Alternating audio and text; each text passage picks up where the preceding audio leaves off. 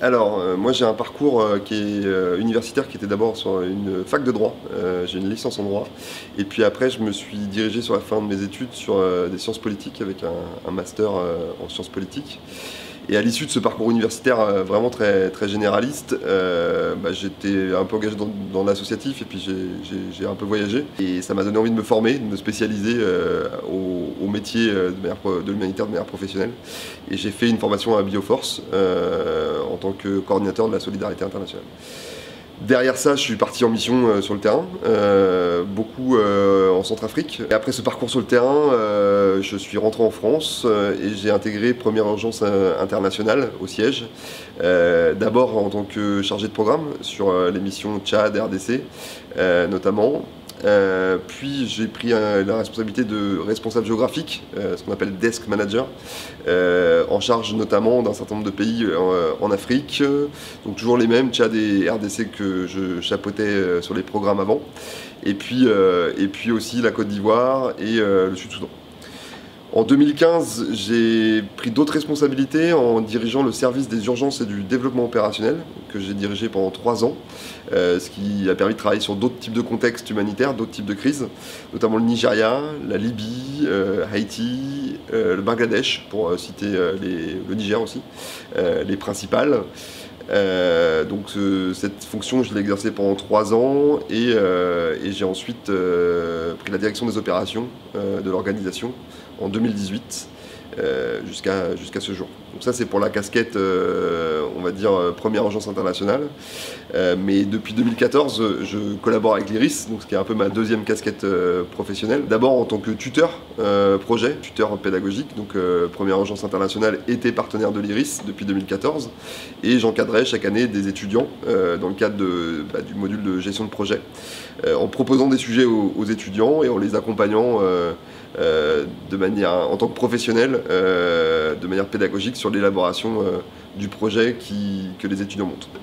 Ça, je l'ai fait pendant 3 ans de suite, et à la suite de ces expériences, on m'a proposé de prendre la responsabilité pédagogique du parcours opérationnel de la formation. Et puis depuis l'année dernière, je suis en plus responsable de l'ensemble de la formation manager programme international.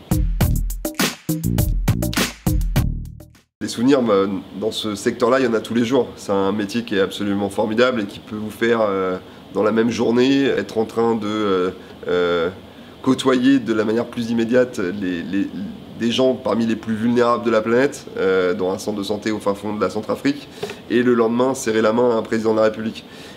C'est tout à fait possible et ça produit des souvenirs un peu hors normes. Je serais bien en peine d'en trouver un en particulier que je puisse caractériser comme étant le meilleur souvenir de ma carrière. Après, c'est plutôt...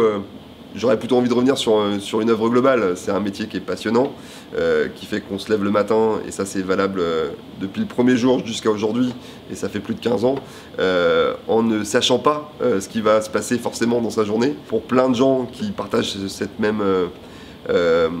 ce même enthousiasme professionnel, c'est ce qui en fait la richesse principale, c'est sa diversité, c'est la question du sens qu'on y met derrière, et c'est tout ce que ça nous apporte au-delà du stricto professionnel sur le plan humain. Il y a des vecteurs de sens qui sont quand même très importants. Et l'autre élément, et c'est ça aussi, c'est aussi un élément qui fait une connexion avec l'IRIS et sa spécialité, c'est la connexion aux réalités du monde. Je pense que c'est une chance énorme aujourd'hui, en 2021, de pouvoir rester connecté. Et quand je dis connecté, c'est de manière sensible aux réalités de ce monde. On est confronté à des choix, des informations multiples tout le temps. En tout cas, pouvoir garder un pied avec la réalité sur le monde, ses souffrances et parfois ce qui doit continuer de nous indigner et de nous motiver à essayer d'y répondre, c'est quelque chose qui est quand même très enrichissant et qui peut être le meilleur souvenir de ma carrière de tous les jours. Alors les enseignements, moi j'ai essentiellement, si on regarde l'ensemble, une fonction d'encadrement pédagogique.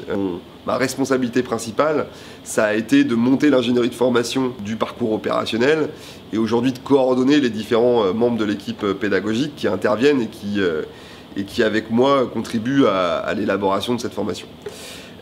En plus de cette fonction d'ingénierie de formation, j'ai en responsabilité directe, je donne un cours en histoire et évolution de l'écosystème humanitaire.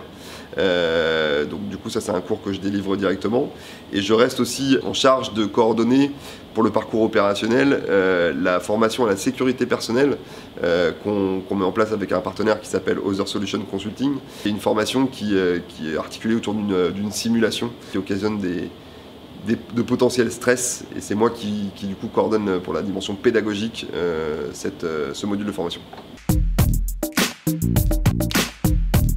La plus-value, moi je dirais qu'il y en a plusieurs. C'est des ambitions qu'on y met et qu'on essaye d'améliorer chaque année, qui sont avant tout de l'ancrer le plus possible dans le réel. C'est assez simple, mais nous, ce qu'on s'est toujours dit au niveau de l'équipe pédagogique, il faut que les étudiants puissent être en mesure, demain, quand ils seront sur le terrain, quel qu'il soit, je mets vraiment un sens large au terrain, ils puissent se dire « Ok, j'ai pas seulement appris des outils, j'ai appris à intégrer ces outils dans un environnement réel ». Et ça se matérialise au travers de plein de niveaux. C'est notamment ces partenariats avec des vraies ONG, c'est-à-dire qu'on leur apprend des outils théoriques, une méthodologie sur la gestion de projet, mais directement, dès le premier jour de l'année, il y a des partenaires ONG qui viennent proposer des vrais sujets, qui sont des vrais projets potentiels pour ces organisations, et sur lesquels les étudiants vont travailler tout au long de l'année sur cette matière qui est pour le coup totalement réelle. Ça leur permet du coup d'accéder à des terrains d'intervention qui sont des vrais terrains d'intervention, et des échanges avec des acteurs qui sont parfois sur le terrain, que ce soit à Madagascar, dans le sud-est asiatique ou au fin fond de l'Afrique. Donc cette connexion au réel, elle va jusqu'au bout, puisque je parlais du premier jour, mais le dernier jour de la formation, il y a un grand jury qui est organisé avec des représentants de vrais bailleurs de fonds, que ce soit de l'Union européenne, de bailleurs français, l'Agence française de développement, le Centre de crise et de soutien, des fondations, Fondation de France ou d'autres fondations par exemple.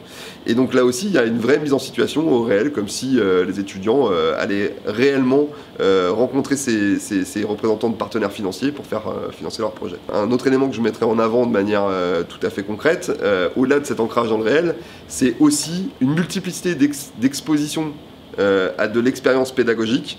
C'est un choix. Les intervenants qui délivrent les cours sont pour la grande majorité partie d'entre eux, des professionnels qui travaillent aujourd'hui et qui sont tout à fait en maîtrise de l'écosystème justement aujourd'hui, puisqu'ils y travaillent au quotidien. Et ça, c'est pas seulement de se dire on a trouvé le bon intervenant, la perle rare, c'est qu'il y a beaucoup de perles rares. Mais ça permet aux étudiants, quand ils ont une difficulté avec un outil, une approche, de pouvoir avoir un éclairage différent.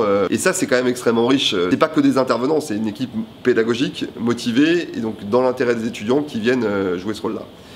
Et en plus, la plus-value sur la plus-value, de favoriser, puisqu'on travaille tous dans des organisations différentes, un réseau professionnel qui est vraiment un facteur facilitant, en plus de tout ce qui est fait par l'IRIS en tant qu'école, pour développer son réseau et obtenir de meilleures chances d'insertion professionnelle.